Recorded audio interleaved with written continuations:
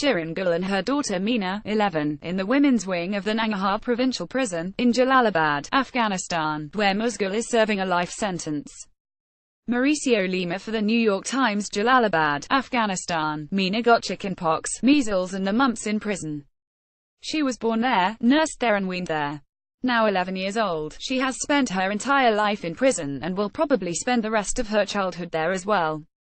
The girl has never committed a crime, but her mother, Shirin Gul, is a convicted serial killer serving a life sentence, and under Afghan prison policy she can keep her daughter with her until she turns 18. Meena was even conceived in prison, and has never been out, not even for a brief visit.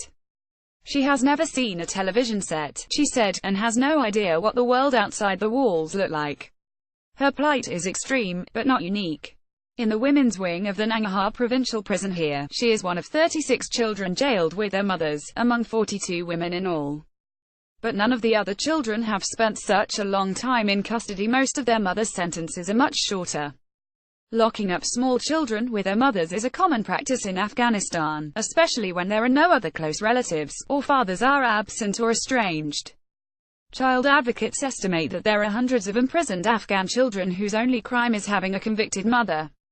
There is a program that runs orphanages for children whose mothers are imprisoned, but the women have to agree to let their sons and daughters be taken, and the program does not cover many areas of Afghanistan, including Jalalabad. At Meena's prison, the women's cells are arranged around a spacious courtyard, shaded by mulberry trees, and the children have free reign of it. There is a set of rusting, homemade swings, monkey bars and slides that end in muddy puddles. A schoolroom is in one of the cells, with a whiteboard and a mixture of benches and chairs, seating 16 children at 8 desks. A single teacher looks after 3 grades, 1st through 3rd, an hour a day for each grade. At age 11, Meena has reached only the 2nd grade. The story of a child in prison in Nangarhar. Video by VOA Pashto. When I met with Meena, she sat down, clutching a yellow plastic bag under her shawl. My whole life has passed in this prison, she said, during a tense interview in the women's wing last month. Yes, I wish I could go out. I want to leave here and live outside with my mother, but I won't leave here without her. Meena was soft-spoken, composed and well-mannered, with a cherubic, round face framed by a modestly drawn hijab. Her mother was chain-smoking, brash and outspoken, tattooed in a country where tattoos are considered irreligious. Her headscarf asks you to reveal henna-streaked hair. How do you think she feels, Ms. Gul said, impatient at what she derided as stupid questions. It's a prison, how should she feel? A prison is a prison, even if it's heaven. A question about why Ms. Gul would not let her daughter leave infuriated the mother even more. She launched into a diatribe against the Afghan president. You, Mr. America, tell that blind man Ashraf Ghani, your puppet, your slave, tell him to get me out of here, she said. I didn't commit any crime. My only fault is that I cooked food for my husband who committed a crime. Meena, left with other children who live in the women's wing of the prison. Mauricio Lima for the New York Times. The man she calls her husband, Rahmatullah, they were never legally married, was convicted along with her son, her brother-in-law, an uncle and a nephew for their role in the murders and robberies of 27 Afghan men in 2001 to 2004. Afghan prosecutors said Ms. Gul was the ringleader. Working as a prostitute, Ms. Gul brought home her customers, many of them taxi drivers, and served them drugged kebabs, after which her family members robbed, killed and then buried them in the yards of 2 family homes. All 6 were sentenced to death, and the 5 men were hanged. Ms. Gul, however, got pregnant while on death row, so her own hanging was delayed. After she gave birth to Meena, her sentence was commuted to life in prison by the president at the time, Hamid Karzai, according to Lieutenant Col. Muhammad Asif, the head of the women's cell block here. Ms. Gul first claimed that she had never confessed to the crimes, then said she had been tortured into confessing to them. Frustrated, she made clawing gestures across a table and hissed, "I'll kill you. I'm going to come over there and take out your eyes." Meena touched her lightly on the shoulder to try to calm her down, put a forefinger to her lips and said, "SHH." Her mother subsided, briefly. The girl was still holding the yellow plastic bag. Inside was a bundle wrapped in a carefully folded red and white kitchen towel. "What's in there, Meena?" I asked. "Pictures of my father." She proudly unwrapped them to show them off. Meena and her mother rarely get visits, and never from family members or friends, all of whom are either dead or estranged. Part of the reason Mina is still behind bars is that she has no surviving relatives who would take her, even if her mother allowed it. Or as Musghal explained it, I have many enemies. I wouldn't trust anyone to take Mina outside. The photos were of Rahmatullah, whom Mina calls her father, portraits, snapshots on holiday, pictures of him with Musghal. Rahmatullah, who like many Afghans had only one name, was also convicted of killing Musghal's legal husband, a police colonel, when Musghal and Rahmatullah were having an affair. The colonel's body was among those found buried in the yards of the family homes in 2004. Rahmatullah was also a convicted pedophile and thief and reputedly a former Taliban commander. What he almost certainly was not, however, was Mina's biological father. The dates do not fit. He was already in jail when he implicated Musghal in the murders, and they were in different prisons in different cities at the time of Mina's conception.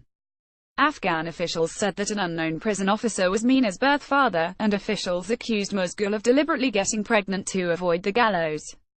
Mina went through the photographs one after another, lingering over some, including two of Rahmatullah dead, after his hanging, in a burial shroud, but with his face visible. It was not a pretty sight.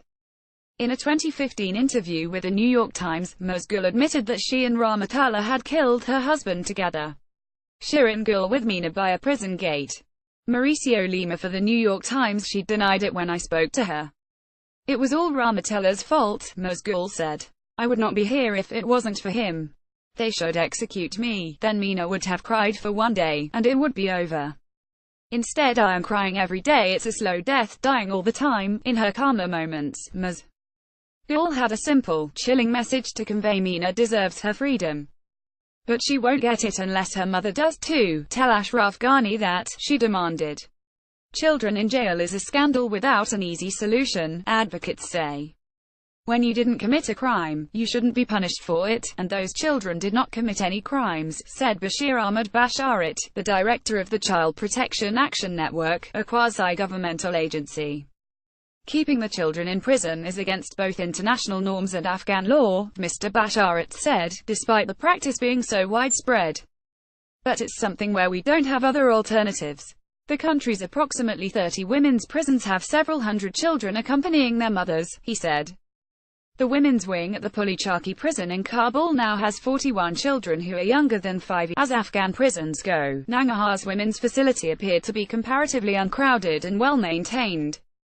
The 36 children there on the day I visited ranged in age from 3 days to 11 years. Mina was the oldest.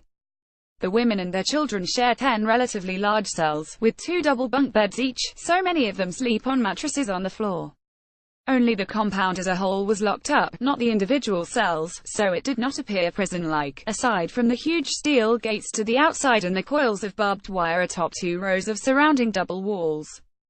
Mina sat through her mother's tirades impassively, sometimes with a thin, sweet smile.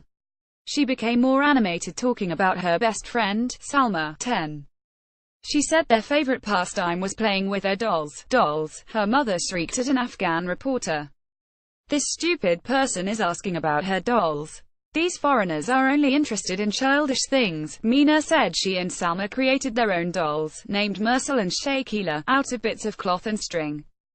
Both of them are girls, she said. This was too much for Musghal to bear. What you should do, Mr. America, is get her a TV. You're my visitor, you came to talk to me. We don't even have a TV. I should get ISIS to come and cut off your head. When it was time to say farewell, Mina shook hands with everyone politely, then went to the other end of the courtyard with Salma, arm in arm, still carrying her yellow, plastic bag. Musghal, who had calmed down by then, shook hands politely as well, her gaze bold and challenging. Give me some money, she said. Follow Rod Nordland on Twitter at Rod Nordland. Hawad Sukanya, Fahim Abed and Zabihullah Ghazi contributed reporting. A version of this article appears in print on December 4, 2017, on page A1 of the New York edition with the headline "Jailed with a Serial Killer, Beginning at Birth."